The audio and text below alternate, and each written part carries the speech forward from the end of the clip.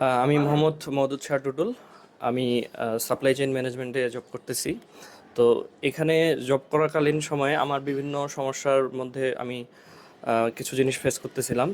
তো এখান থেকে আমি উত্তরণের জন্য আমি অনলাইনে বিভিন্ন জায়গায় সার্চ করি এবং আমি বিএইচআরএম এর সন্ধান পাই এবং আমার অনলাইনে সার্চ করার আগেও আমার হচ্ছে কিছু কলিগ এখানে প্রিভিয়াসলি কোর্সটা করে গেছে এবং তাদের কাছ থেকে আমি অবহিত ছিলাম। তো পরবর্তীতে আমি বিএইচআরএমকে চুজ করি এবং এখানে ক্লাস শুরু করি 123তম ব্যাচে।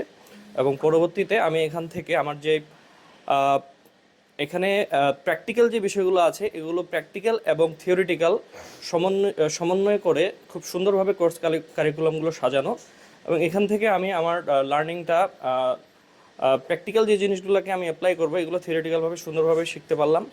এবং আমি আশা করি এটা আমি ভবিষ্যতে আমার জব লাইফে আমি এটা অ্যাপ্লাই করতে পারবো এবং আমি আমার ক্যারিয়ারের ক্যারিয়ারে আমি ভালো কিছু করতে পারবো আমি আশা করি। এবং ইন ফিউচারে আমি আমার কলিগ এবং আমার ইউনিভার্সিটির অ্যালামনাই বা আমার হচ্ছে রিলেটিভস যে কেউ এই ধরনের কোর্স করতে চাইলে আমি অবশ্যই বিআইচারকে রেকমেন্ড করব। ধন্যবাদ।